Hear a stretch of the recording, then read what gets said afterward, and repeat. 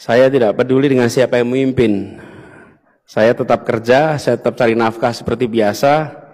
Toh ganti pemimpin, ya hidup saya begini-begini saja. Rasanya enggak ya. Ganti pemimpin, UKT bisa naik.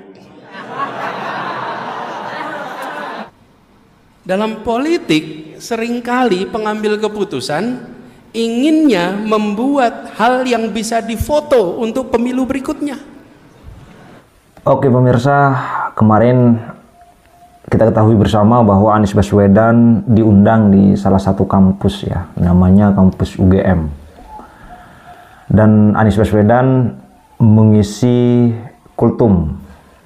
Tapi sayangnya Anies mengisi kultum bukan kultum pengajian ataupun pendidikan, tapi lebih ke provokatif dan politis. Nah, kemudian Anies Baswedan juga diundang di salah satu kampus, yaitu ITB. Ya, isinya juga tidak jauh berbeda ya dengan yang di UGM. Singgung sana sini, singgung pemerintah seolah-olah dirinya yang paling benar, padahal hanya menjabat gubernur, menjadi menteri pendidikan saja di reshuffle. Ya. Dan ini adalah tanggapan dari salah satu warga ya. Anies Baswedan jawab pertanyaan di Masjid UGM. Nanti kalau pemilu lagi pilih yang benar. Berarti pilihan masyarakat yang sekarang ini nggak benar. Berarti rakyat milih Pak Prabowo dan Mas Gibran ini nggak benar. Terus yang benar siapa Pak? Pak Anies. Kalau memang Pak Anies benar, kok nggak dipilih sama masyarakat? Pak Anies ini seolah-olah terbaik, terkeren, terwow lah. Nggak pernah berubah jiwa keangkuhan, kesombongan, kegayaan Pak Anies dari dulu tetap. Apa bisa Pak Anies nanti 2029 dipilih rakyat kalau modelannya masih sok terbaik seperti ini Pak Anies? Udahlah, aku nggak mau ngomong panjang lebar tentang Pak Anies, nanti aku diserang sama anak apa, ya kan? Biar netizen aja lah yang komen tentang Pak Anies ini gimana. Nanti aku takut diserang sama anak apa. Nah, itu adalah tanggapan dari warga ya. Pemirsa, yang saya ketahui masjid itu adalah tempat ibadah, bukan tempat untuk mengujar kebencian, apalagi untuk hal berkampanye politik.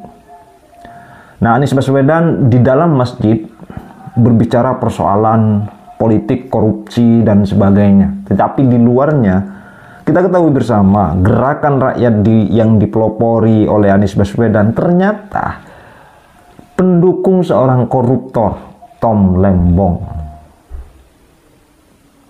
Dan anehnya, Anies Baswedan di dalam ceramahnya yang katanya seperti orang yang sangat terzalimi.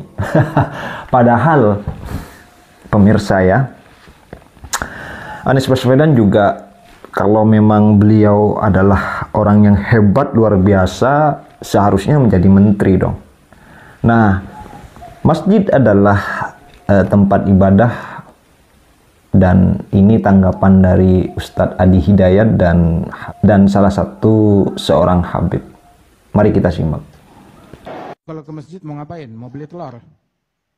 Mau beli minyak? Atau mau kampanye di masjid? Enggak ada orang kampanye di masjid. Orang waras enggak kampanye di masjid. Yang kampanye di masjid orang yang enggak waras. Nah, orang waras yang punya akal atau punya malu, minimal punya malu. Minimal punya malu, nggak punya ilmu, nggak apa-apa, tapi punya malu, nggak kampanye di masjid. Tuh, orang ke masjid nggak ada buat kampanye. Tuh. Masjid sejak zaman Rasulullah dulu bukan sekedar tempat sujud dan doa. Kalau ada yang mengatakan masjid sekedar tempat sujud dan doa, salah. Masjid ini adalah tempat tentang gagasan keadilan dibicarakan. Karena ini masjid untuk ibadah. Niat kita kesini untuk ibadah, bukan yang lain. Kalau mau politik di luar. Ingat ya? Saya ingin semua diikhlaskan oleh Allah, sehingga siapapun yang terpilih, Allah tetapkan, diberikan hidayah oleh Allah Subhanahu wa Ta'ala. Aduh, abah, ya benar. Di zaman Rasul itu, masjid tidak hanya digunakan untuk sholat, ibadah, ngaji, baca Al-Quran, dan hal-hal yang berhubungan tentang agama saja. Akan tetapi juga menyangkut tentang kas negara, strategi perang, dan lain sebagainya. Akan tetapi, di zaman Rasul juga, nggak ada yang namanya masjid itu digunakan untuk curhat, menggibah, menjelek-jelekan orang lain, apalagi membicarakan tentang masalah politik yang mana udah selesai. Masalah politik kita ini udah selesai, presiden kita udah terpilih. Jadi gak usah dihubung-hubungin lagi dengan zaman Nabi. Dan juga di zaman Rasul itu, di zaman Nabi itu, ya jumlah bangunan, gedung-gedung pertemuan itu sedikit. Bahkan masjid saja belum banyak. Ya otomatis Nabi menggunakan masjid sebagai sarana untuk segala kegiatan. Tidak seperti zaman sekarang, banyak.